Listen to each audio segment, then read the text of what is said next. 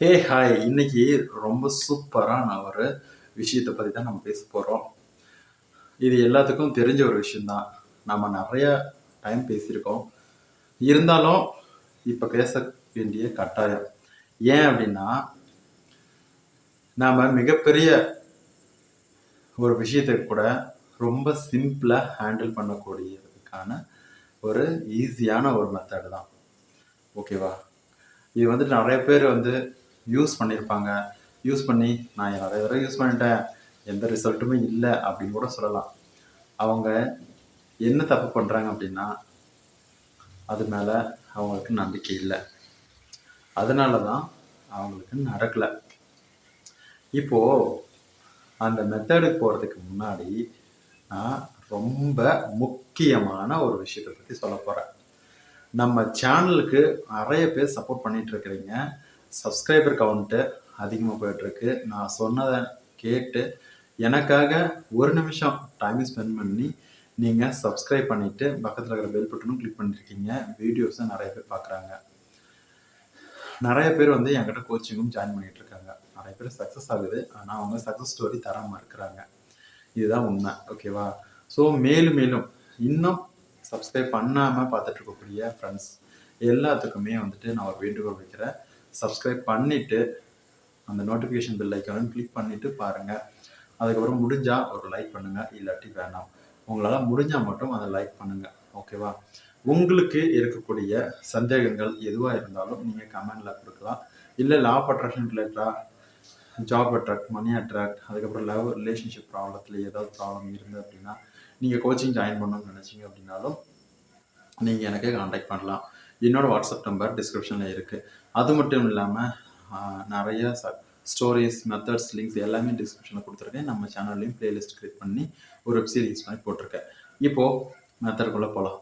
நாம் ஒரு விஷயத்து மேலே அதிகமாக வருத்தப்படும் போது, கஷ்டப்படும் போது என்ன பண்ணுவோம்?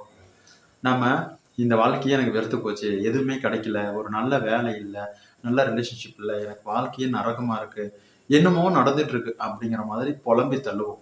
Including me. சரியா?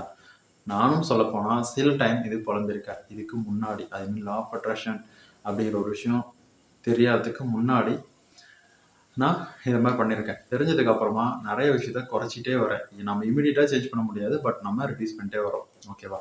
So come to the point. இப்போ என்னன்னா, நம்ம நிறைய புலம்புவோம். அந்த மாதிரி இல்லாமல் நம்ம சந்தோஷமாக தான் இருக்கோம், ரொம்ப ஹாப்பியாக இருக்கோம், நம்மளை சுற்றி நல்லவங்க இருக்காங்க, நாம் நல்ல வேலைக்கு போகிறோம், நம்மளை வேலை கிடைக்க நிறைய ஹெச்ஆர்ஸ், நிறைய கம்பெனி போட்டி வருது. முக்கியமாக நமக்கு அறிவு இருக்குது, நமக்கு நாலேஜ் இருக்குது. நம்ம 6 வருஷம் படிச்சிருக்கோம், 3 வருஷம் படிச்சிருக்கோம், 10th 12th எதுவும் வேணாலும் இருக்கலாமே, நமக்கு ஈக்குவல் நாம தான் அப்படிங்கிற ஒரு எண்ணம் இருக்கணும்.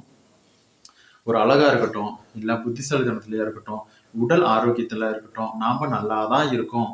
எந்த ஒரு பார்ட்டை அதிகமாக நீங்கள் எனக்கு சரியில்லை சரியில்லை சரியில்லைன்னு சொல்கிறீங்களோ அந்த பார்ட் டேமேஜ் ஆகிட்டே இருக்கும். கை, கால், வயிறு, தலை வலிக்குதுன்னு சொன்னீங்கன்னா அதிகமாக தலைவலி வரும். கண்ணே எனக்கு தெரியறதில்லை, கண் பார்வை தெரியறதில்லை. நீங்கள் அப்படியே ஒரு அசம்ஷன், ஒரு நீங்கள் என்ன நினச்சிக்கிறது, எனக்கு கண் பார்வை தூரத்தில் பக்கமாக தெரியறதில்லை அப்படிங்கிற மாதிரி சொல்லிகிட்டே இருந்தீங்கன்னா உங்களுக்கு கண் பார்வை குறையும். இந்த மாதிரி எது மேலே அதிகமாக நெகட்டிவான வார்த்தைகளை யூஸ் பண்ணுறீங்களோ அது உங்களுக்கு ஒரு வருத்தமான ஒரு விஷயத்தை கொண்டு சேர்க்கும். அது உங்களுக்கு பாதிப்பை ஏற்படுத்தும். அதை தான் சிம்பிளாக சொல்ல போகிறோம்.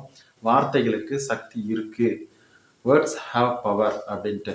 ஸோ ஒவ்வொரு வார்த்தையும் நீங்கள் என்ன சொல்கிறீங்க அப்படின்னு பார்த்து பொறுமையாக யூஸ் பண்ணுங்க. சரிங்களா? அப்படி என்னால் யூஸ் பண்ண முடியல அப்படின்னா கொஞ்சம் கொஞ்சமாக மாற்றிக்க ட்ரை பண்ணுங்க. சரியா? இப்போ நம்ம கஷ்டம் இருக்குன்னு நம்ம சொல்லிட்டே இருந்தா நமக்கு கஷ்டம் வந்துகிட்டே தான் இருக்கும். இப்போ நம்ம ஏற்கனவே நம்ம சேனல்ல நம்ம சொல்லியிருப்பேன். மாசுரே எமட்டோ அப்படிங்கிறவரு ஒரு சயின்டிஸ்ட். வார்த்தைகளுக்கு சக்தி இருக்கு அப்படிங்கிற ஒரு விஷயத்த அவரு முழுமையா நிரூபிச்சு காட்டியிருக்காரு அப்படின்னு. அதே மாதிரி வாட்டருக்கும் பவர் இருக்கு, உயிர் இருக்கு, தண்ணிக்கும் உயிர் இருக்கு அப்படிங்கிறதையும் ப்ரூவ் பண்ணி காட்டியிருப்பாரு. நான் சொன்னேன். ஏற்கனவே தெரியாதவங்களுக்கு இதை நான் சொல்லிடுறேன். இப்போ அதாவது வாட்டருக்கு பவர் இருக்கு, சக்தி இருக்கு அப்படின்னா எப்படி கண்டுபிடிச்சிருக்காங்க அப்படின்னா, தண்ணியை உரைய வச்சு அவங்க அது மேல ஒரு நல்ல நல்ல வார்த்தைகள சொல்லியிருக்காரு. நான் உன்ன ரொம்ப லவ் பண்றேன். எனக்கு உன்ன ரொம்ப பிடிக்கும். நான் லைஃப்ல நல்லா இருக்கிறதுக்கு நீ தான் காரணம். இந்த மாதிரி நெறைய அன்பான, ஒரு தைரியமான, நம்பிக்கை தரக்கூடிய வார்த்தைகள சொல்லியிருக்காரு. அதுக்கப்புறம் அத மைக்ரோஸ்கோப்ல வச்சு பார்க்கும்போது, அவருக்கே ரொம்ப பெரிய ஆச்சரியம். என்ன அப்டின்னா, அதுல இருக்கக்கூடிய மாலிகுலேஸ் நுண்ணுயிரிகள் எல்லாமே, நுண் அணுக்கள் எல்லாமே வந்துட்டு ரொம்ப ஒரு சூப்பரான ஒரு வடிவத்துல இருக்கு. இப்போ கலிடோஸ்கோப்ல நம்ம பார்க்கறோம்ல ஒரு இமேஜஸ் அந்த மாதிரி ஒரு பூ மாதிரி நம்ம தோடுலாம் பார்க்குறோம்ல, அந்த ரிங் அந்த மாதிரி இருக்கிற டிசைன்ஸ் அந்த மாதிரிலாம் ஒரு சூப்பரா மாறியிருக்கு. அதே வந்துட்டு நான் வெறுக்கிறேன் அப்படிங்கிற மாதிரி நெகட்டிவா பேசியிருக்காரு. அவங்க அந்த தண்ணிய வந்து மைக்ரோஸ்கோப்ல வச்சு பார்க்கும்போது, ஒரு மோசமான, ஒரு விகாரமான ஒரு உருவம் வந்து அதுல தெரிஞ்சிருக்கு. ஐ மீன் இமேஜஸ் சின்ன சின்ன இமேஜஸ் வந்து தெரிஞ்சிருக்கு. பார்க்கவே பிடிக்கல அப்படிங்கிற மாதிரி. ஸோ இதுலருந்து தான் தெரியுது நம்ம வாட்டருக்கு நம்ம சொன்ன விஷயம் கேட்கும். நம்ம சொல்லக்கூடிய விஷயங்கள வாட்டர்ல ஸ்டோர் பண்ணி வைக்க முடியும் அப்படின்னு. அதுக்கப்புறம் நாம வார்த்தைகளுக்கு சக்தி இருக்கு அப்படின்னு நான் பார்த்துருக்கோம். அதுக்கு என்ன அப்படின்னா 3 டம்ளர்ல அரிசி, 3 ஜாடியில அரிசி, அதுக்கப்புறம் தண்ணீர் அத போட்டு வச்சிருக்காங்க. ஸோ இந்த கதை உங்களுக்கு தெரியும். இருந்தாலும் தெரியாதவங்களுக்கு யூஸ் பண்ணிக்கோங்க. சிம்பிளா முடிச்சிடுறேன். ஸோ எப்படி அப்படின்னா 3 ஜார் எடுத்துக்கிட்டாங்க. அதுல வந்து லவ் அப்படிங்கிறாங்க. ஐ ஹேட் யூன்னு ஒரு ஜாரு. அதுக்கப்புறமா எதுவுமே எழுதாம ஒரு ஜாரு. இப்போ ஹை லவ் அப்படிங்கிற ஜார்ல வந்துட்டு அதிகமான நன்மையா சொல்லக்கூடிய லவ்வபுளான நம்பிக்கையான வார்த்தைகள சொல்றாங்க. அதே மாதிரி ஐ ஹேட் யூ அப்படிங்கிற ஜார்ல வந்து பிடிக்காத, தேவையில்லாத, வருத்தம் தரக்கூடிய, கத்துற மாரி, கோவம் மாரியான வார்த்தைகள சொல்றாங்க. அதுக்கப்புறம் எதுவுமே எழுதாத ஒரு ஜார் இருக்குல்ல, அத கண்டுக்கிறதே இல்ல. இப்போ இதுல என்ன இருக்கு அப்படின்னா, இது வந்து 1 மாசம் இத வந்து கன்டினியூஸா பிராக்டிஸ் பண்ணிட்டு இருந்திருக்காரு. அந்த ஜார் எடுக்கிறது, பண்றது. ஸோ இது வந்து ஒரு ஜார் வந்து அரிசி போட்டு தண்ணி ஊத்தி அத மூடி வச்சிருக்காரு.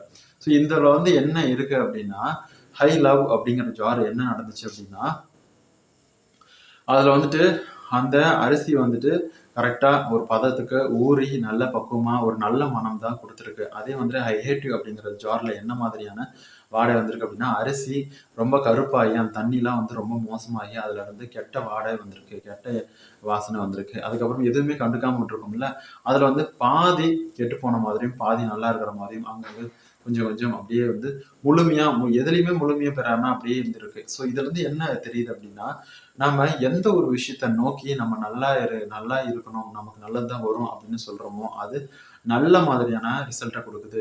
நம்ம ஒருத்தருக்கு சாப விடுறோம், இல்ல ஒருத்தர நோக்கி நம்ம மோசமா பேசுறோம், இல்ல நம்மள நாமே வந்து தாழ்த்தி பேசுறோம் அப்படின்னா, அது நமக்கு மோசமான நிகழ்வு தான் குடுக்குது அப்படிங்கிறத நீங்க புரிஞ்சுக்கணும். இதுலருந்து வார்த்தைகளுக்கு சக்தி இருக்கு அப்படிங்கிறத புரிஞ்சுக்கோங்க. ஸோ நீங்க பேசக்கூடிய ஒவ்வொரு வார்த்தையுமே வந்துட்டு ரொம்ப ரொம்ப பாசிட்டிவா பார்த்து பார்த்து யூஸ் பண்ணுங்க. எந்த ஒரு இடத்துலயுமே எந்த ஒரு விஷயத்தையுமே வந்து நெகட்டிவா நீங்க ஃபீல் பண்ணி சொல்லாதீங்க.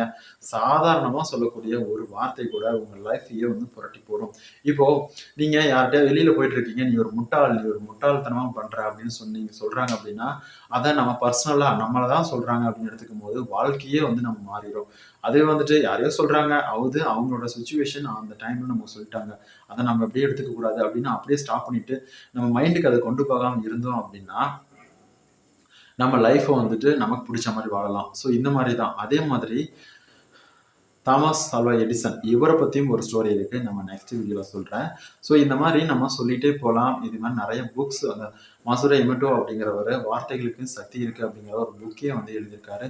இது இல்லாம பழங்குடியினர், நம்ம ஆதிவாசியில காட்டுவாசின்னு சொல்லக்கூடிய அந்த பழங்குடியினர் கூட அவங்க நெறைய விஷயங்கள வார்த்தைகளுக்கு சக்தி இருக்கு அப்படிங்கிற மாரி உணர்ந்து நெறைய விஷயத்த சொல்லியிருக்காங்க. தனியா புக்குமே எழுதியிருக்காங்க.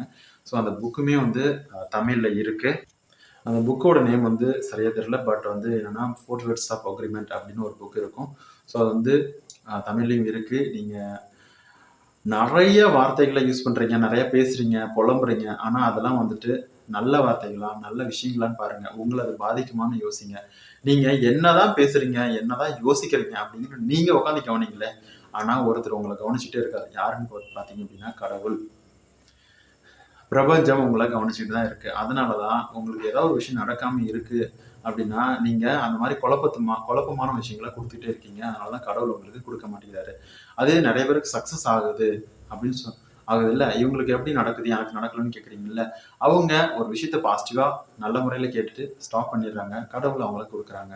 நீங்க ஒரு குழப்பத்திலேயே இருக்கீங்க. அதனால என்னதான் கொடுக்குறது இவருக்கு அப்படின்னு அவங்களே வந்துட்டு குழம்பி நிற்கிறாங்க. இதுதான் நடக்குது. வெளிப்படையா சிம்பிளா சொல்லணும்னா இதுதான் உண்மை. இப்படிதான் நடந்துட்டு இருக்கு. ஸோ இதெல்லாம் ஸ்டாப் பண்ணிட்டு பாசிட்டிவா திங்க் பண்ணுங்க. ஜாலியா இருங்க, ஹாப்பியா இருங்க. கஷ்ட காலத்திலையும் நீங்க வந்துட்டு அதுலேருந்து வெளியே வர முடியலன்னா ஜஸ்ட் படுத்து தூங்கி எந்திரிங்க. ஒரு ஸ்ட்ரெஸ் ரிலீஃப் வேணும் அப்படின்னா நம்ம தூங்கி எந்திரிக்கிறதுல தான் கிடைக்கும் அப்படின்னு சைக்காலஜிக்கலாக ப்ரூவ் பண்ணியிருக்காங்க. ஸோ நம்ம தொடர்ந்து வீடியோ பாருங்கள். இந்த வீடியோ பிடிச்சிருக்கும் அப்படின்னு நம்புறேன். இந்த வீடியோ லைக் பண்ணிவிட்டு மற்றவங்களுக்கு ஷேர் பண்ணுங்கள். அவங்களோட கருத்துக்கெல்லாம் கமெண்ட் பாக்ஸில் கொடுங்க. டவுட்டுகளாக இருந்தாலும் கொடுங்க.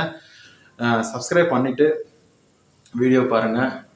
நிறைய வீடியோஸ் இந்த மாதிரி இருக்குது. ரொம்ப நன்றி. தேங்க்யூ. வியூவர்ஸ்.